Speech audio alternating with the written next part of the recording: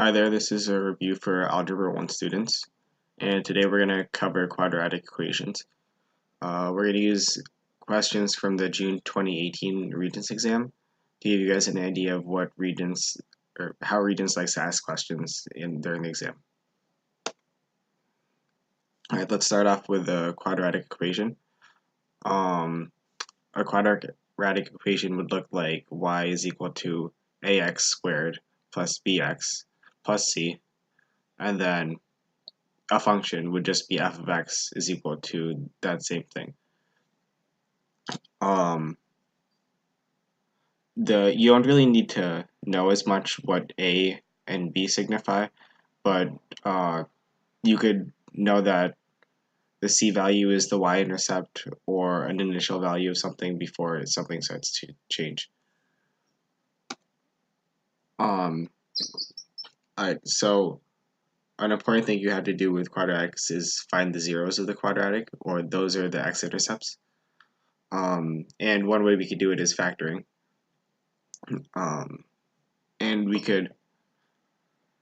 And to factor, you have to find the factors of the numbers on the outside. I'm talking about, like in the example, the 2 in x squared and then the 8 all the way at the end. You have to find the factors of those, and then choose the set of factors that satisfy the middle term right here. And we're just going to do an example so you guys understand. Okay, so the factors of the 2, of course, are only 1 and 2. And then the factors of the 8 are 1, 2, 4, and 8. And now we have to make it so that there's two things multiplying by each other, and is still equivalent to this equation. So there's not really much choice with the 1 and the 2, so we're just going to go with 1x here, and then a 2x over here, and then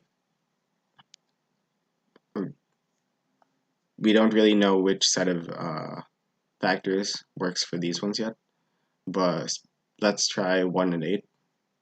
So let's go with plus 1 and plus 8. And then we know that the results will come out with a 2x squared and a plus 8, but we're not sure if the results will come out with a plus 8x, so we'll test for that right now. We can multiply x by 8, and that's going to get you 8x. And then 1 multiplied by 2x, and then you're going to add those two together. And you're going to realize that's not the 8x that we were looking for, because the sum of those two have to be equal to the middle term. So we're going to eliminate that possibility.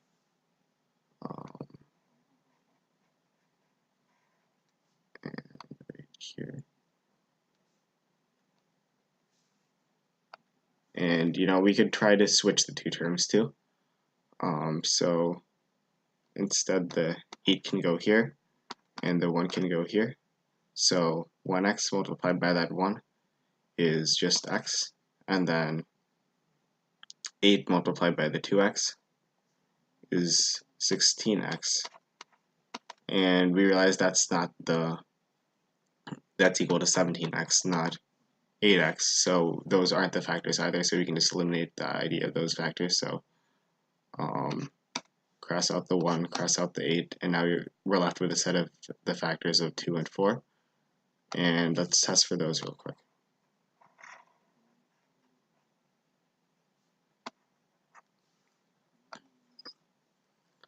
Alright, now let's try the 2 here and the 4 there. Alright, so 1x multiplied by 4 is 4x, and then the 2 multiplied by 2x is 4x as well, and we get 8x, and that satisfies the equation itself. So this is the factored form of this equation. And if we were to look for the zeros, we would set the factored form equal to 0. So that would look something like 1x, or we don't really need the 1 there actually. We can just write down x multiply plus 2 multiplied by the other factor, 2x plus 4. And then we can set that equal to 0. And what we do from here is we actually split these two things apart and then set each of them equal to 0 itself. So that's x plus 2 is equal to 0. And then 2x plus 4 is equal to 0. And then we solve for the x values, -2 or -2, x is equal to -2, and then -4, 2x is equal to -4 over 2 over 2, and we get x is equal to -2 again, which is just ends up being convenient, but normally this can end up being two different answers. It doesn't have to be the same answer, but this is how you would find the zeros for a set of factors. Now let's look at how Regents likes to ask the questions, and it's saying here in number 4 of the June 2018 exam, the zeros of the function p of x is equal to x squared minus 2x minus 24 are, and we have the choices -8 and 3, -6 and 4, -4 and 6, -3 and 8. So we can use the same method we did last time to just find the zeros ourselves, and let's try to factor this one. This one has a 1 in front of it, even though we can't see it, but the only factors of 1 are 1 and 1, so we're just going to know that there's an x multiplied by another x here, and then the factors of -24 are going to be 1, 2, 3, 4, 6, 8, 12, and 24. Okay, so, and because it's a negative number, we're going to have to have a plus and a minus sign. And then we're going to try to make it so that it satisfies this -2x right here. Because we have a coefficient of 1 in each of these, it's actually going to be much easier to find the middle term, because we just need to reference these and figure out which one has a difference of 2. And we can see that 4 and 6 has a difference of 2. So that's going to be the one that's going to be in the middle, because instead of adding this time, we're going to subtract because there's a negative sign here. And you guys will see what that looks like in a sec. First, let's try 4 and 6 there. Not that really matters. And then here, yes, it does. My bad, I misspoke there. It does matter. So let's try 4 here and 6 here first. And then what we'd have is the 4 multiplied by the x is 4x, and then the x multiplied by the -6 minus 6x, and then we have that -2x. So that actually is our factored form of this. When I misspoke the other time, I was thinking that didn't matter which order we did it in, if the 6 is here or the 4 is here, but it does matter, because if the 6 was here and the 4 was here, we'd get a different result, because it would be 6x minus 4x is equal to positive 2x, not negative 2x. So my bad for misspeaking, but now we know the factored form is x plus 4 multiplied by x minus 6. And Now we set that equal to 0, and then we split these apart, and we do x plus 4 is equal to 0, and then x minus 6 is equal to 0, and then we get the x by itself, and x is equal to -4, and x is equal to 6, which is answer 3. Alright, let's move on to the next question.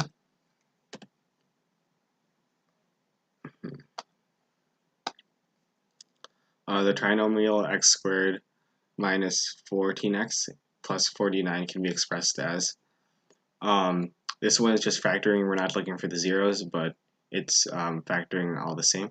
So we have the coefficient of 1 in the leading x squared, so we're only going to have x multiplied by another x, and then the factors of 49 are 1,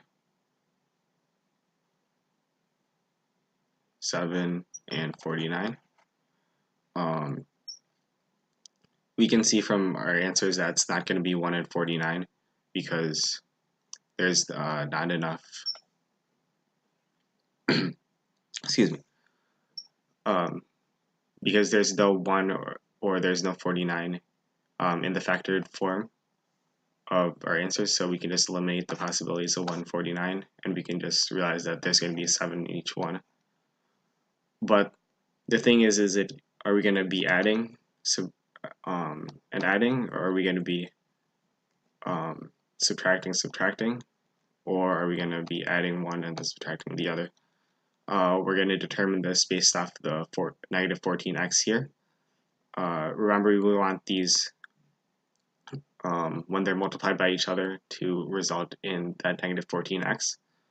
If it was positive and negative, then those two would just cancel out because it's just 7x minus 7x, and then that would be 0x, so we don't want that, which is this one right here.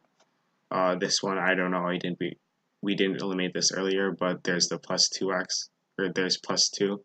That's not a factor of 49, so we should have eliminated that earlier.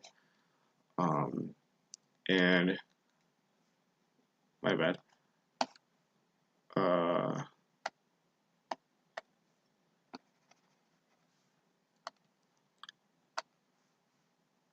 And now we want to determine if this is still, if it's positive or negative.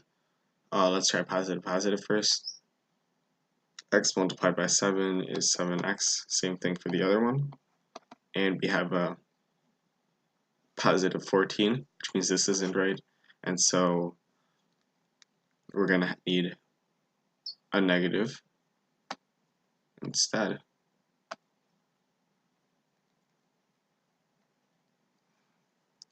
And that's going to come out with negative 7x minus 7x is equal to 14, negative 14x, which does satisfy our middle term right here.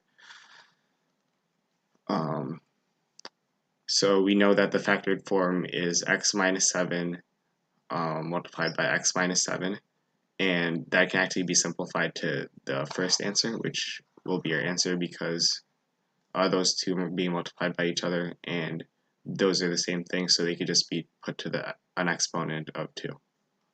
Alright, let's move on. Another way to find zeros is using this quadratic formula. You're going to need to memorize this, and this b is referring to what a quadratic equation would look like. In the first slide, we could move back to it a bit. It's referring to these a, b, and c when we're looking at this quadratic formula. And you're going to have to memorize this formula because it's really important in not just for finding zeros, but for other formulas too, because parts of this formula are going to be used for other things too, and you'll see that later in the slides. But this is a really important formula to know, and it's going to help us find zeros, and we'll look at an example of that. Solve for x to the nearest 10th. Okay, so this one we can't factor. So we're going to need to use the quadratic formula. That's a way to know that you need the quadratic formula. If you can't factor something, then just use the quadratic formula. It's a bit more complicated than just factoring if you can factor, but it will work if you can factor as well. Yeah, let's just start this problem. So negative b, so you can't see the coefficients for the x here, but there's, oh, my bad, I don't have my pen on. Okay, so there's a coefficient of 1 here, even though we can't see it, and there's a coefficient of 1 here, even though we can't see it. So this is going to be, this 1 is going to be our a value, this other one is going to be our b value, and this negative 5 is going to be our c value. So the quadratic formula is negative b plus or minus the square root of b squared minus 4ac over 2a. And so we're just going to replace these variables in here. And then, so we have negative 1 plus or minus the square root of negative 1 squared minus 4. A is 1 and c is negative 5. And it's over 2 multiplied by 1. Alright, so if we simplify this a bit, we get negative 1 plus or minus of, see, that is 1, that is 21, square root of 21 over 2. And so we just plug this into our calculator, and we should be able to get the answers of, hold on, I need to get my calculator myself.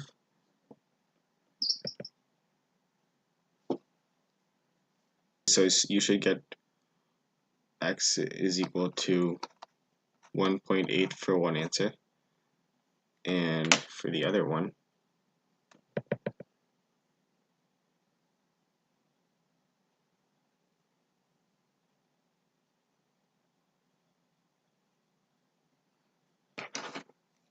you should get 2.8. Alright, so that's how you use the quadratic formula, and this was question 27 on the June 2018 exam. The discriminant. The discriminant is important because it tells us the amount of zeros our quadratic formula has. And notice how the discriminant is b squared minus 4ac, which is within the quadratic formula. So if you memorize the quadratic formula, you just need to remember that the discriminant is part of that formula, and you just remember that it's within the square root of the formula. So b squared minus 4ac is the discriminant, and you just need to take that out of the quadratic formula. And so if b squared minus 4ac is a positive number, the quadratic equation should have two solutions. If it's equal to 0, it should have one solution, and if it's a negative number, it will have 0 solutions. So let's try that out in one of the questions.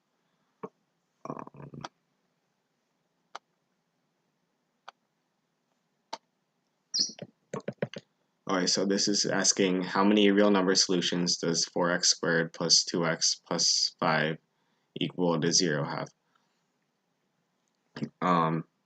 So the discriminant is b squared minus 4ac. Our a value is this 4, b value is this 2, and our c value is that 5. So want to replace the b squared with 5 squared minus 4.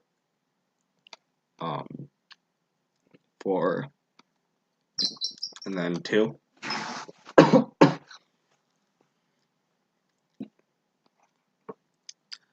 And then we need to solve for this, which is 25 minus 32, and we have the result of -7. And if you remember to the last slide, if the discriminant is a negative number, then there will be zero solutions to, or zero. There will be zero zeros for the quadratic equation that we solved for. So there would be, the answer would be 3 because the discriminant was a negative number. All right, let's go on to another one, or another aspect. So if you want to find the vertex of a quadratic equation, you use the axis of symmetry to find the x value for it, and then you plug in the x value to find the y value. And the axis of symmetry formula is -b divided by 2a. And notice that's part of the quadratic formula itself in some way, because there's the -b divided by the 2a. You just need to get rid of the plus or minus the square root of b squared minus 4ac. And yeah, let's look at this in a couple problems.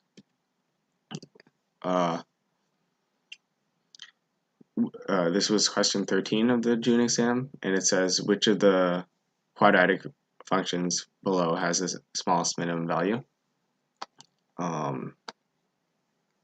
Okay, let's look at the obvious ones first.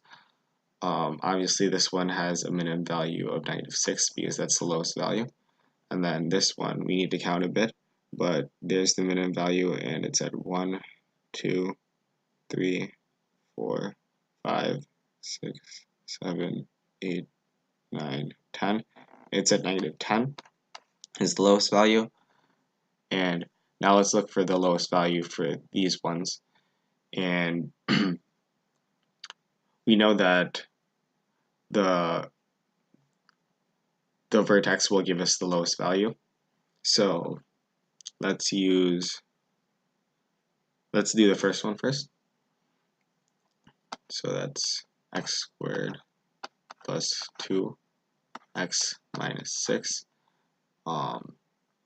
So there will be a coefficient of 1 here, even though we can't see it. So this is our a value, b value, and c value.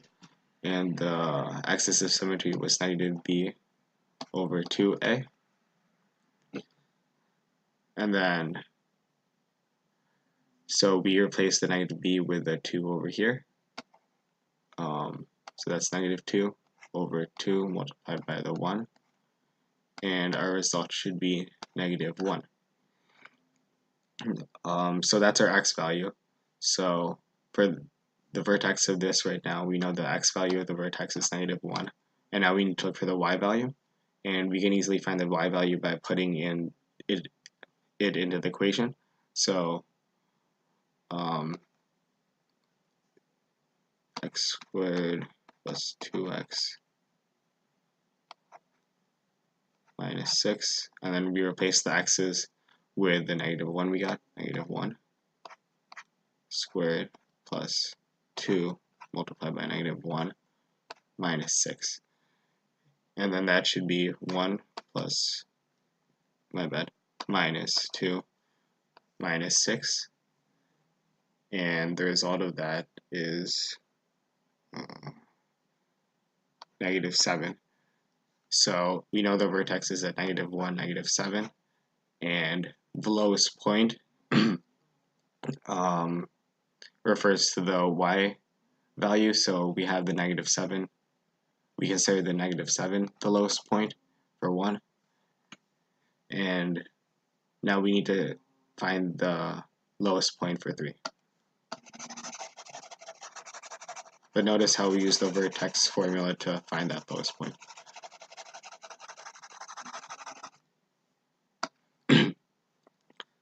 Okay, for this one, I would multiply them together first. So that would be an x squared plus 5 5 multiplied by x is 5x, plus 2 multiplied by x is 2x. Let's make that 5 better. Slightly better. And then 5 multiplied by 2 is 10. So what we have is x squared plus 5 plus 7x plus 10. And now we can just remember that there's a 1 here, and then there's an a, b, and our c value. And then the axis of symmetry is negative b over 2a, which would be negative 7 over 2 by 1, which would be equal to negative 7 out of 2. So that x value is negative 7 out of 2 for this one. And then now we just need to solve for the y value. And we could do that by replacing these. So how we would find that is by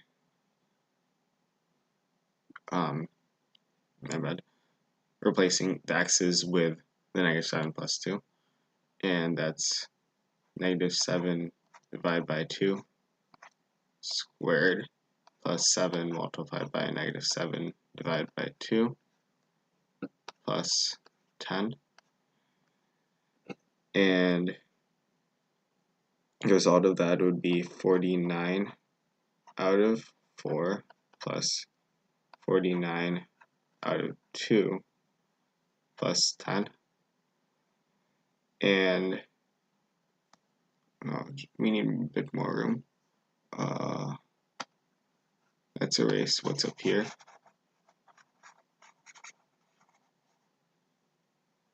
Just so we have more room to continue our work. So we just bring this back up here. And so we could combine this 49 out of 4 and this 49 out of 2.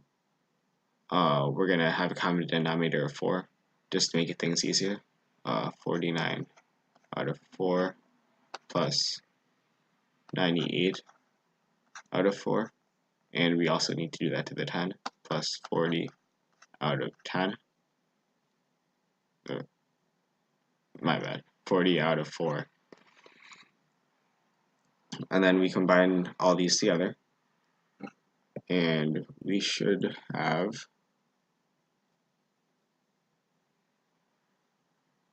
uh, 187 out of 4. And we can already tell that this is a higher point than all the other ones, so our answer seems to be 2 because that is our lowest point. But we were able to find the vertex of these points, and thus we found the lowest part of these points. Okay, so that concludes this video. Hope you guys got something out of it. Thanks for watching.